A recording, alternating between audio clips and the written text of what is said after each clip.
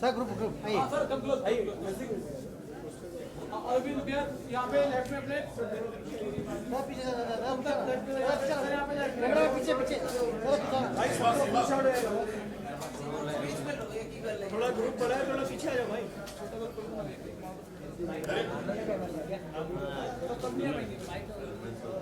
यहाँ पे सामने sir single photo solo photo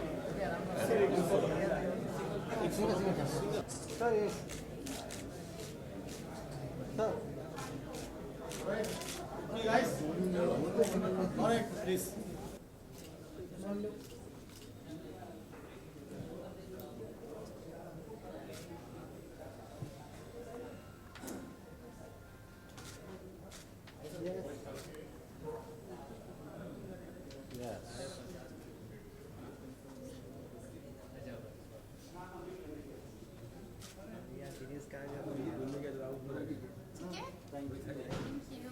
Sorry for that. Shweta, Siva, Khalid bhai, Vipin, Vitesh. White balance अरे ये camera video बैठ नहीं है मोबाइल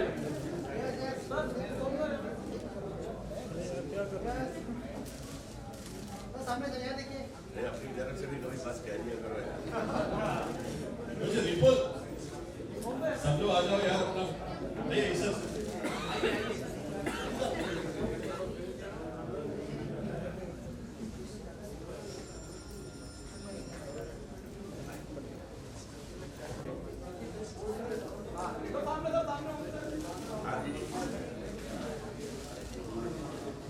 पीछे ना थोड़ा पीछे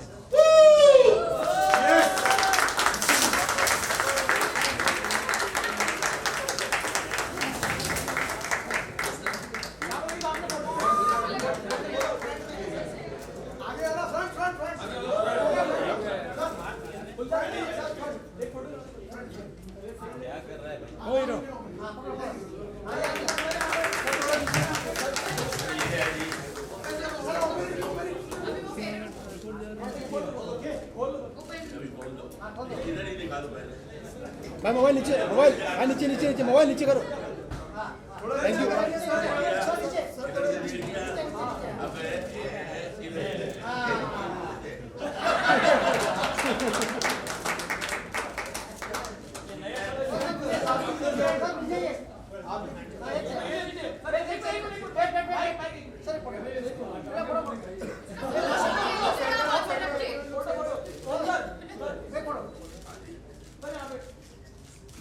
चलो सर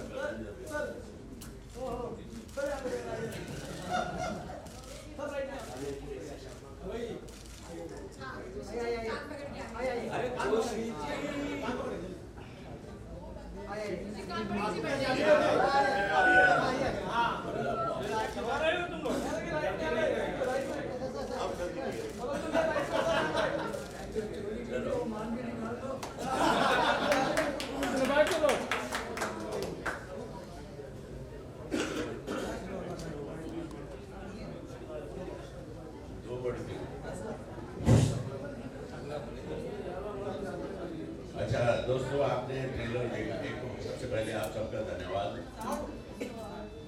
साउंड नहीं आ रही? बच्चे आए हैं, मतलब बड़ी उम्र का कोई है नहीं, इसलिए मैं सब बच्चों का धन्यवाद करता हूँ जो आए हैं यहाँ। और जो बड़ी उम्र के हैं वो तो यही खड़े हैं मेरे आसपास। एक पीछे हैं, 2-3 हैं बस, बाकी सब जो बच्चे हैं। ये फिल्म जो है ये कॉमेडी नहीं, सैटायर है। और मैं आपको ये संजीदा बात बता रहा हूँ। लग तो बिल्कुल रहा है कि भैया ये तो क्या कहते हैं, छिछोरापन है, लेकिन जाने में जो यारों भी आपको बिना साउंड के लगेगा यार ये क्या पागलपन हो रहा है, लेकिन उसका वो सिर्फ कॉमेडी नहीं थी, वो सैटायर था जो कि हमारे पुलिस विभाग के बारे में, बिल्डर्स के बारे में, सरकार के बारे में। अब इसमें क्या है कि सरकार जो अच्छी स्कीम्स बनाती है क्योंकि देखो पूरी सरकार तो बुरी नहीं होती, पढ़े लिखे लोग भी होते हैं ना। अभी अरुण जेटली साहब हों या दूसरे ऐसे लोग हों जो एक बजट बनाते हैं या जो भी स्कीम्स बनाते हैं, तो सब लोग मिलके बैठ के बनाते हैं। तो यूपी में बहुत अच्छी उन्होंने स्कीम बनाई थी महिलाओं के लिए कि जो प्रताड़ित हो जाए तो उनकी मदद की जाए। तो कैसे उस सरकारी स्कीम को जो अच्छी भावना से बनाई जाती है, जो भ्रष्ट नेता है वो, जो भ्रष्ट पुलिस वाला है वो, जो भ्रष्ट कर्मचारी हैं वो, डॉक्टर है, तो सब मिलके कैसे वो मुआवजा जो एक गरीब आदमी को मिलना चाहिए था, कैसे बीच में खा जाते हैं। और ये अक्सर ये हुआ है कि मुआवजा जब सरकार किसी किसान के लिए या किसी के लिए भी अनाउंस करती है, तो जब वो मुआवजा लेने जाता है तो उसमें से उसको कट देना पड़ता है और वो धड़ल्ले से मांगते हैं। मैंने एक फिल्म की थी धूप, वो असली कहानी पे आधारित है। एक लड़का यंग कैप्टन कारगिल वॉर में मारा गया था, तो सरकार ने उसके पिताजी को एक जमीन का प्लॉट दिया पेट्रोल पंप बनाने के लिए, और उसके पिताजी प्रोफेसर पढ़ाते हैं यूनिवर्सिटी में, अभी भी पढ़ाते हैं, और माता लाइब्रेरियन है। तो उन्होंने हाथ जोड़ के कहा कि जी देखिए हमारा एक ही बच्चा था और हम दोनों काम करते हैं, हम प्रोफेसर हैं और वो पढ़ाती हैं मेरी पत्नी, तो हमें इसकी जरूरत नहीं है, हम इसका क्या करेंगे। तो जोर दिया आर्मी वालों ने कि देखिए ये उसकी याद में हम एक जब रिटायर हो जाएंगे तो एक पेट्रोल पंप बना देंगे। तो ठीक है। अब एक तो पेट्रोल पंप के लिए जमीन जो दी गई वो ऐसी जगह दी गई जहाँ कोई पेट्रोल भरवाने आएगा कैसे, जंगल में। फिर ऊपर से चलो फिर उन्होंने सोचा चलो इस पे काम शुरू करते हैं। तो वहाँ बिजली चाहिए, वहाँ पानी चाहिए, वहाँ अगर कट है सड़क का वो चाहिए, तो जो जो परमिशन चाहिए थी वो जो परमिशन लेने जाए हर आदमी उनसे रिश्वत मांगे, सभी विभाग वाले। और उस फिल्म में ज्यादातर डायलॉग वो हैं जो उसके पिताजी ने बोले हुए जब उन्होंने फिल्म लिखी थी, उनके साथ बैठ के मिल के लिखी। उन्होंने बेटा जब गया, अकेला बेटा, उन्होंने कहा बेटा वॉर पे जा रहे हो, पीठ पे गोली मत खाना, गोली छाती पे खाना। अब दिल जब बात था, उस आदमी के साथ ऐसा सलूक किया जा रहा है। एक ऑफिसर ने तो कहा, इन्होंने बाप ने कहा कि अरे हमने अपना जवान बेटा दिया देश को, बेशर्मी की हद देखो। उसने कहा कि आपने देश को दिया ना, हमें क्या दिया। तो वो तंग आ गए। 5 मिनट उन्होंने प्राइम मिनिस्टर से मांगे मीटिंग के लिए, उनको मिल गए, वो फाइल लेके वहां चले गए और मैंने वो पिता की भूमिका निभाई थी उसमें।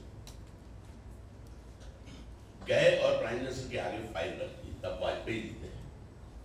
उन्होंने कहा जी ये मेरा बच्चा शहीद हुआ है कारगिल में और मुझे एक जमीन का टुकड़ा दिया गया था, ये इसके बारे में ये फाइल है, अगर आप कभी वक्त निकाल के इसको देख लें तो बड़ी खुशी होगी। धन्यवाद कह के वो चले गया।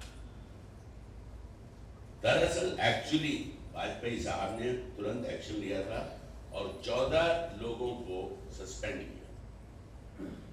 तो उसी तरह की ये फिल्म है जाने भी दीवारों उठाई के मस्ती में ह्यूमर के जरिए जैसे जाने भी दीवारों में किया गया था।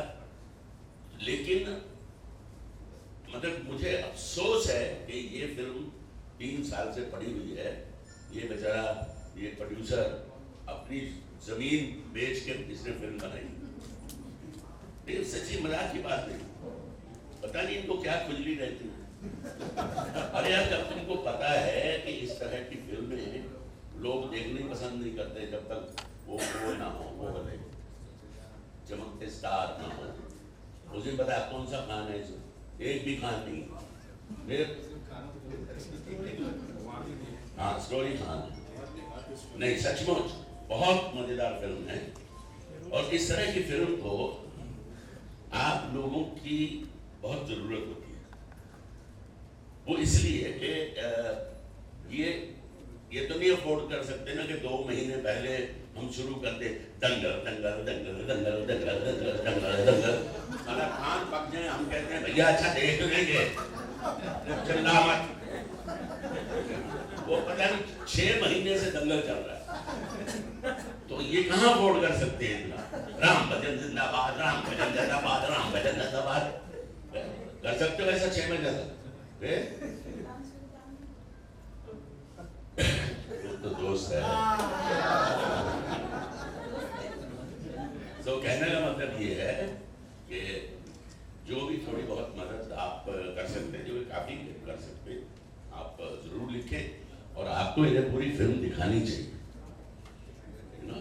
गाने इन्होंने देख लिए हैं और सीन्स भी देख लिए हैं, लेकिन आपने क्या है सिर्फ ये देखा है कि अरे ये क्या हो रहा है, ये तो ये तो छोटे छोटे कट थे। कहानी आगे बढ़ती है तो ऐसा नहीं है कि कहानी में बस यही चलता रहता है।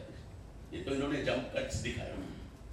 बहरहाल अपना ढंडोरा पीटने से कोई फायदा नहीं। आप जब फिल्म देखेंगे तो मैं यकीन दिलाता हूँ आपको बहुत मजा आएगा।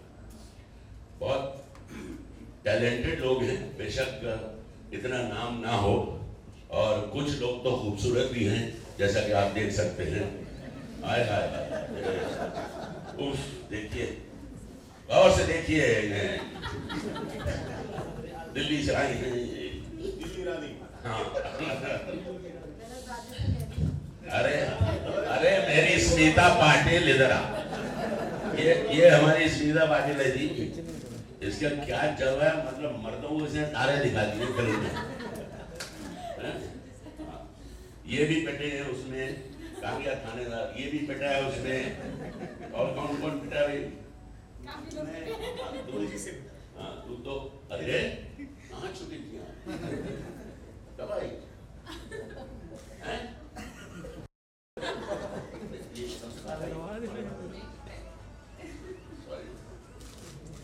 तो ये सब शान है जी हमारी फिल्म की।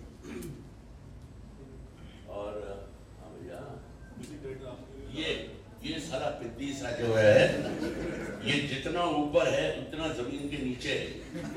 बड़े खतरनाक होते हैं, छोटे छोटे होते हैं ना, जैसे हिटलर और नेपोलियन, लगभग वो शरीफ आदमी थे। तो ये राजपाल यादव, ये किसी को बताना मत, ये उसका बाप है, मानो या ना मानो। और इसके जलवे फिल्म में क्या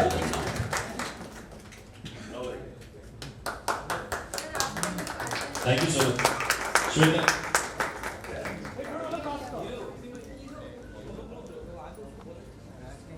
मैं राजा के आते ही आगे चिल्लाने के लिए।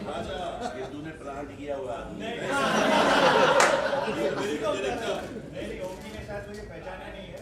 पहचाना है, मैंने इनके साथ काम किया था। मालूम हमारे डायरेक्टर थे, उनका डायरेक्टर था, और उनकी कर्तव्य नाम की फिल्म में थे।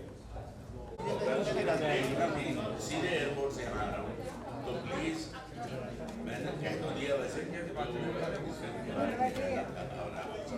भी किया, पीछे बात मत कीजिए प्लीज। हेलो, बात कर रहे हैं तो उधर चले जाइए प्लीज, या अंदर चले जाइए जिसको बात करना।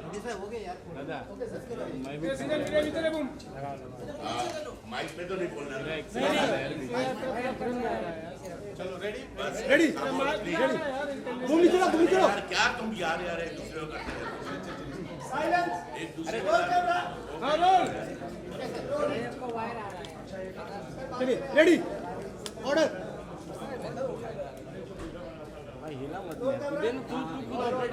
इसको हटा यार, अजहर फ्रेम में आ रहा है, फ्रेम में आ रहा पूरा यार कैमरा। इधर आ, इधर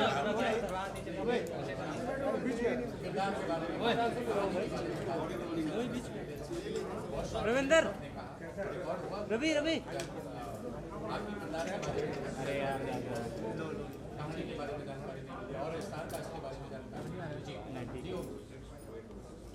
रवि नहीं दिख रहा है। पीछे please. Ravi silence Ravinder please. अरे भाई बात करना है, अंदर चले जाओ ऑडिटोरियम के। Silence please. कौन है पीछे? जाओ, एक दो आदमी पीछे अंदर जाइए ना, बात कीजिए। देखिए जनाब, ये फिल्म है सैटायर, ह्यूमर बेस्ड फिल्म है और इसका एक इंडिपेंडेंट प्रोड्यूसर है जिसने खुद का अपना पैसा लगा के ये फिल्म बनाई है। इसमें आप कहेंगे स्टार कास्ट वो जो बनते हैं स्टार, जिनको आप कहते हो कि भाई वो सलमान साहब हैं, शाहरुख साहब हैं, अमर साहब हैं, तो ऐसा कोई भी स्टार इस फिल्म में नहीं है। लेकिन सब जो कलाकार हैं वो शिक्षक हैं, नेशनल स्कूल ऑफ ड्रामा के पढ़े हुए हैं। मैं और नसीर, हम दो आदमी आए थे पहले जो नेशनल स्कूल ऑफ ड्रामा से थे।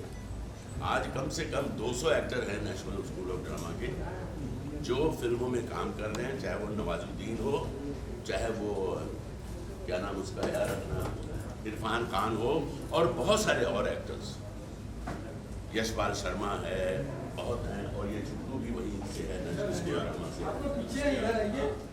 बहरहाल कहने का मतलब ये है, जब कास्टिंग आजकल जो होती है बड़ी फिल्म की, जब हीरोइन तय हो जाते हैं, बाकी जो मीठी रोल होते हैं सब, उसके लिए नेशनल स्कूल ऑफ ड्रामा के पढ़े हुए लोग ढूंढे जाते हैं। तो आप ये मत समझिए अर्ध सत्य में कोई स्टार नहीं था, मैं कोई स्टार नहीं था उसमें, ना आक्रोश में मैं स्टार था। दोनों फिल्में सुपरहिट थी और बहुत सी विक्की डोनर में कोई स्टार नहीं था। तो ये कहना कि सिर्फ स्टारों की फिल्में हिट होती हैं, ये गलत भावना है। और स्टारों की फिल्में क्या फ्लॉप नहीं होती?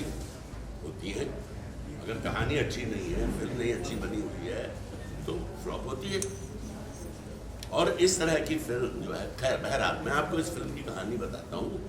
ये एक सच्चाई पर आधारित फिल्म है। हमारी सरकार जो अच्छे मन से, अच्छी भावना से मदद करती है लोगों की, अच्छी स्कीम बनाती है, उस स्कीम को भ्रष्टाचार की वजह से हम कैसे उसको गरीब आदमी को फ़ायदा पहुंचाने से रोकते हैं, भ्रष्टाचार की वजह से। और बदकिस्मती से उसमें नेता भी शामिल हो जाता है। सभी नेता एक जैसे नहीं है, ये बात सही है। नेता भी शामिल हो जाता है, पुलिस वाला भी हो जाता है, और डॉक्टर भी हो जाता है जिसको दवाई देनी होती है। तो बहुत सारी ऐसी चीज़ें हैं। उस हकीकत को इसमें दर्शाया गया है कि कैसे एक महिलाओं के लिए जो यूपी सरकार ने एक प्रावधान बनाया था कि जिसमें उनकी मदद की जाए, जो औरतें रेप हो जाती हैं, गैंग रेप हो जाता है या रेप हो जाता है, तो कैसे उसको तोड़ मरोड़ के फॉल्स रेप केसेस बना के वो पेश करते हैं और कैसे सरकार को उल्लू बनाने की कोशिश की। ऐसे ही सरकार ने बहुत सारी पंचायती राज बनाया हुआ है। वो पंचायत सरपंच के अधीन पैसा होता है, पैसा कलेक्टर के पास पड़ा है, कलेक्टर के पास पैसा रहता है, सरपंच को जाके ये कहना होता है और ये बताना होता है कि साहब इस पैसे की हमें गांव को इस चीज़ के लिए ज़रूरत है, चाहे नाली बननी हो, चाहे टॉयलेट बनना हो, जो भी चीज़ हो, तब वो पैसा रिलीज करता है। तो किसान हत्या पे भी जैसे बहुत बड़ा इशू है हिंदुस्तान में, सरपंच को जिम्मेदार ठहराना चाहिए। सरपंच क्या कर रहा है गाँव में? सिर्फ पगड़ी पहन के घूमना नहीं। आप सरपंच हो और गांव ऐसा नहीं होता कि कुछ 50,000 लोगों का गांव होता है, गांव छोटा होता है। तो आपको इतना पता होना चाहिए कि कौन ऐसा किसान है जो एक दिन में डिसाइड नहीं करता खुदकुशी करना। जब वो मजबूर हो जाता है तब वो खुदकुशी करता है। तो इस तरह से हमारी जो स्कीम्स हैं, स्कीम्स बनती हैं, लेकिन उसमें कितने लूपहोल हो जाते हैं, उसका कैसे लोग गलत इस्तेमाल करते हैं और कैसे। तो हमारा जो एक नेशनल कैरेक्टर है, जो चरित्र है, उसका पतन होता जा रहा है। जो चरित्र जब आज़ादी के लिए हम सब लड़े थे, हिंदू, मुसलमान, सिख, ईसाई सब लड़े थे आज़ादी के वक्त, उस वक्त जो हमारे मूल्य थे, वो मूल्य आज नहीं दिखाई दे रहे। तो बराबर हमारा जो समाज है वो गिरता जा रहा है। बेईमानी, लालच, ये चीज़ें जो हैं, इन्हीं की वजह से गरीब आदमी का भला नहीं हो पा रहा है। ये इस फिल्म का मकसद है कि खुशी से हम एक अच्छी और सही बात लोगों को बताएं। तो कहीं ना कहीं पूरे फिल्म का मकसद यही है कि जी मैंने जो कहना था वो कह दिया है। इसके अलावा मैं और मेरे पास कुछ है नहीं। सर चलते चलते एक आखिरी सवाल सर। ओम जी सर, गांधीगिरी पे लेके बहुत सारे कंट्रोवर्सी पैदा हो गए, क्या कहना है गांधीगिरी को लेकर? सर ले चुकी है आज कंट्रोवर्सी, उसके पहले से चल रहा था, क्या हुआ?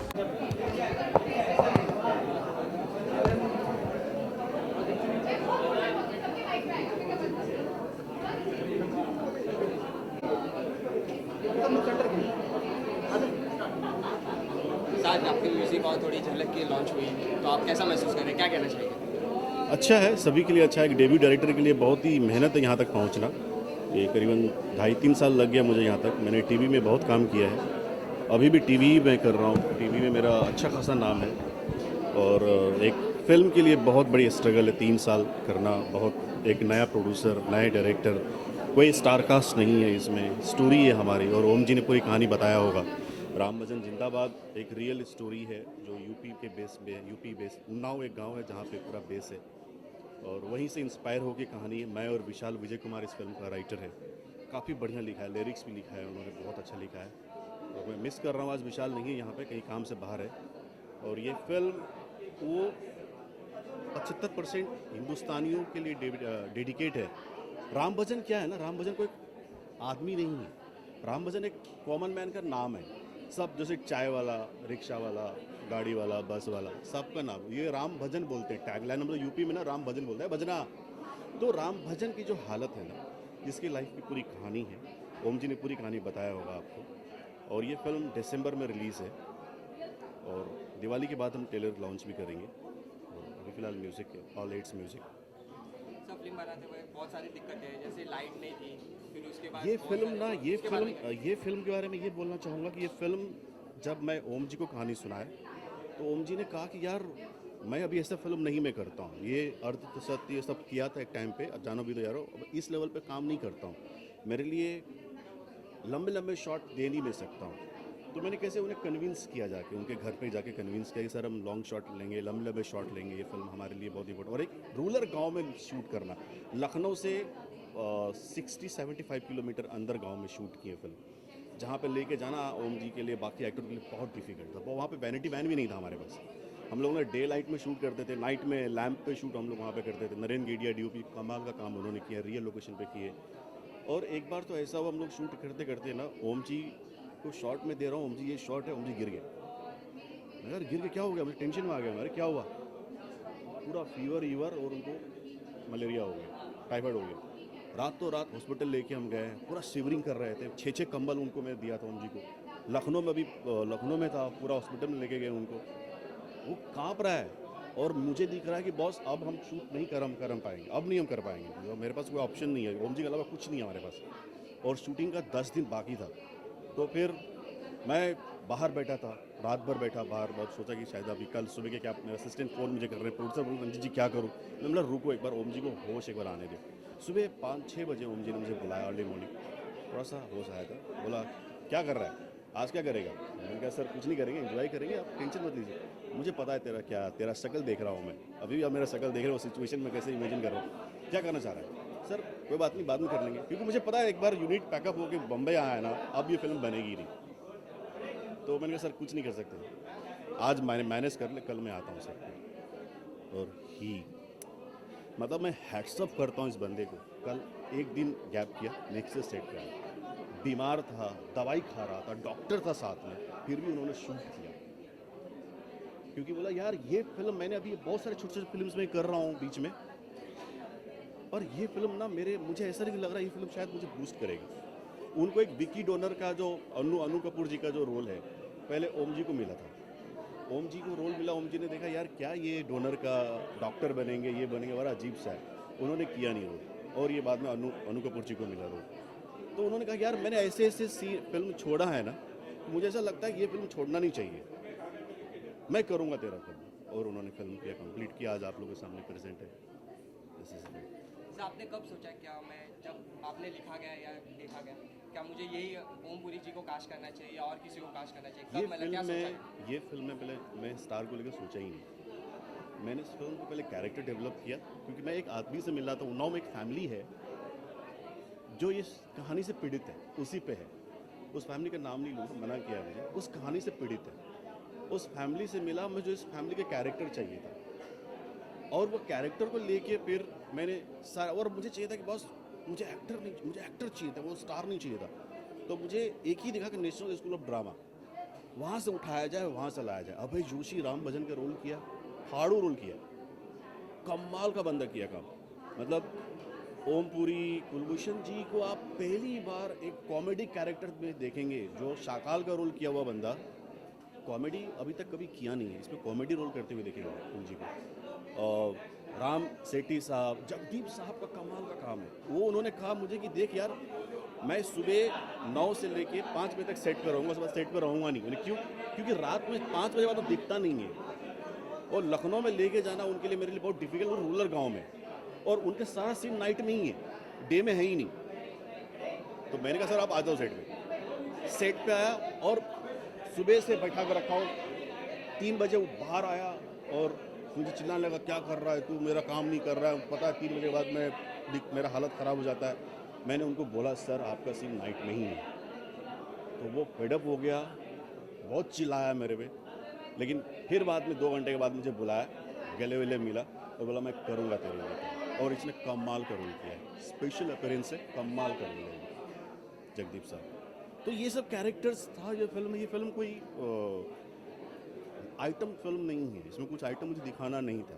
जो रूरल एरिया में सिचुएशन होता है वही कैरेक्टर्स, वही चीज़ें दिखाया है इसमें।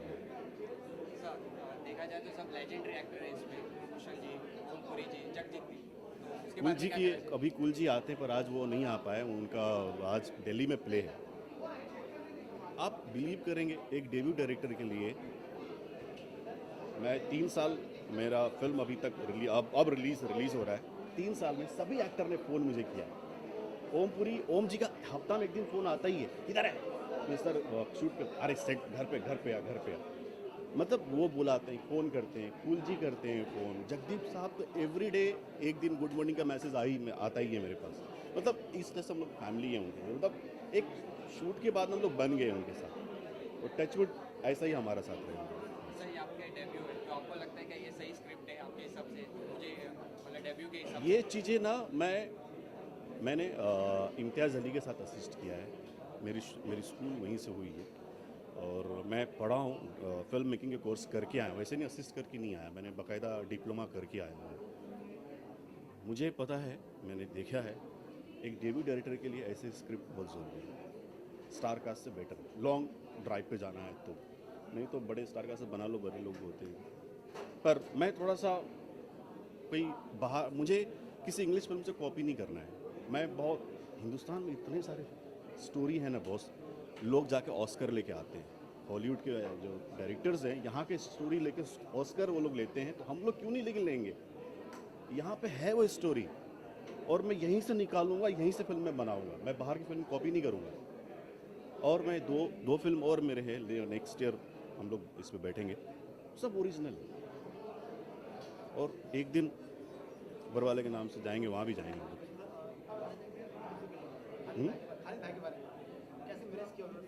खालिद भाई मेरे बहुत अच्छे दोस्त हैं, मेरे ब्रदर हैं। उनके बारे में खालिद किरवे साहब को क्या बोलूँ, ये बहुत बड़े पॉलिटिशियन फैमिली से बिलोंग करते हैं। मौसिमा किरवे जी का नाम सुने होंगे आप, उनके बारे में। लखनऊ में जब मैं सेट पे गया, जब हम लोग शूट करने एक गाँव में लेके गए, उनका गाँव था ये। बोला रंजीत जी, एक वारिश में एक डायलॉग है हमें स्मिता पाटिल जी का और राजकिरण साहब का, कि जहाँ तक नज़र जाता है वहाँ तक अपना घर। तो खालिद बोला रंजीत, यहाँ जहाँ तक देख रहे हैं वो अपना ही है, आप कहीं भी जाओ करो शूट। तो लोकेशन में लखनऊ में शूटिंग में मुझे कोई प्रॉब्लम हुआ नहीं बिकॉज ऑफ हिम। और बहुत स्वीट बंदा है वो, बहुत अच्छा बंदा है वो। मतलब हम लोग, मैं कभी ऐसा नहीं, मेरा वो प्रोड्यूसर एक फ्रेंडली एटमोसफेयर में हम लोग ने काम किया सर। सब व्यूअर्स को कुछ कहना चाहेंगे? व्यूअर्स को यही मैं बोलूँगा बॉस, बड़ी फिल्में देखते हैं, छोटी फिल्म देखा करो और इनसे कुछ सीखो। एक मैसेज होता है और बहुत सारे लोगों की दुआ और मेहनत इसमें है। प्लीज़ देखिए राम भजन जिंदाबाद और अपने कमेंट्स दीजिए। Thank you so much. Ma'am आज आपका ट्रेलर म्यूजिक का बड़ी झलकियाँ दिखाई गई हैं, तो उसके बारे में क्या कहना चाहिए? मैंने भी पहली बार झलकियाँ देखी हैं। इससे पहले मैंने डबिंग पे जो देखा था उसकी मुझे मेमोरीज अच्छे से याद नहीं है। अभी तो अभी सिर्फ प्रोमो देखा है, पिक्चर बाकी है। और पिक्चर में हम सब ने काम किया तो हमें पता है एग्जैक्टली पिक्चर में क्या है। मगर मैं भी पिक्चर जल्दी देखना चाहूँगी। मतलब मैंने अपने डायरेक्टर को काफ़ी बार बोला है कि मेरे को स्क्रीनिंग देखनी है, मुझे जल्दी स्क्रीनिंग देखनी है। तो मैं भी बहुत एक्साइटेड हूँ पिक्चर को लेके। हमने इस पिक्चर के लिए काफ़ी वेट किया है, काफ़ी लंबे टाइम वेट किया है। ये एक छोटे बजट की फिल्म है। इस पिक्चर को रिलीज़ होने के लिए देरी नहीं हुई, एक्चुअली इस पिक्चर को कंप्लीट होने के लिए देरी हुई। बिकॉज जब एक छोटी फिल्म होती है तो पैसे सारे एक लमसम में, एक पर्टिकुलर पैसा किसी इंसान के हाथ में नहीं होता।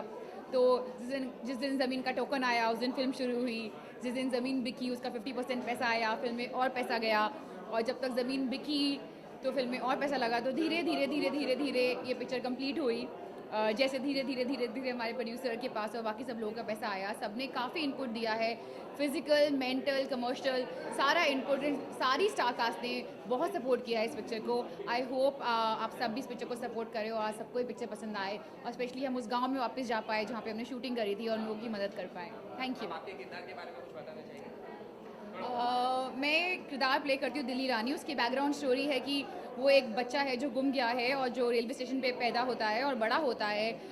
कभी शायद भीख मांगता है, कभी कुछ बेच के कुछ खरीदने की कोशिश करता है, अपना खाना, कपड़ा, और कैसे भी स्टेशन पे रहता है।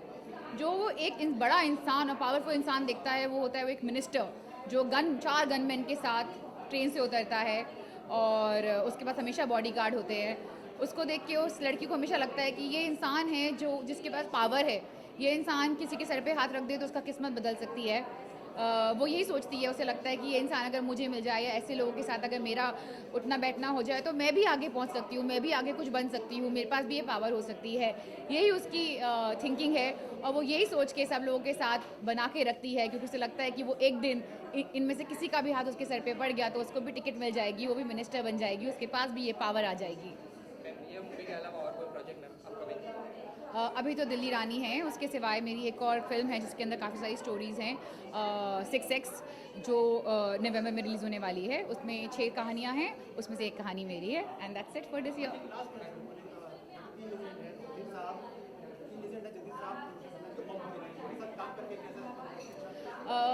मेरी जितनी भी सीनियर स्टार कास्ट है उसके साथ काम करके हमें बहुत मज़ा आया। सब लोग बहुत ही फ़नी और सपोर्टिव हैं। ये पिक्चर, इस पिक्चर में जितने भी लोग हैं, स्पेशली जितने भी लोग सीनियर कास्ट है हमारी, वो उन सबकी एनर्जी हम सबसे बहुत ज़्यादा है। मतलब उसमें से कोई भी इंसान को मैंने कभी शॉर्ट पे पावर नैप लेते हुए भी नहीं देखा होगा। सब लोगों की एनर्जी शाम को 6 बजे 7 बजे तक, जब तक हमारी शूटिंग चलती थी, हमेशा टॉप पे रहती थी और हम सबको बहुत मज़ा आया काम करके इकट्ठे। और सब लोगों ने अपनी अपनी स्टोरी सुनाई, अपने पास्ट की स्टोरी सुनाई, अपने करियर की स्टोरी सुनाई। तो उन सब चीज़ों को सुनकर हमें ऐसा लगता है कि हमारे लिए तो एक्चुअली ये इंडस्ट्री में सिर्फ कंपटीशन ज़्यादा है मगर स्ट्रगल बहुत कम है। Thank you. For more news and gossip, don't forget to subscribe to Bollywood Helpline.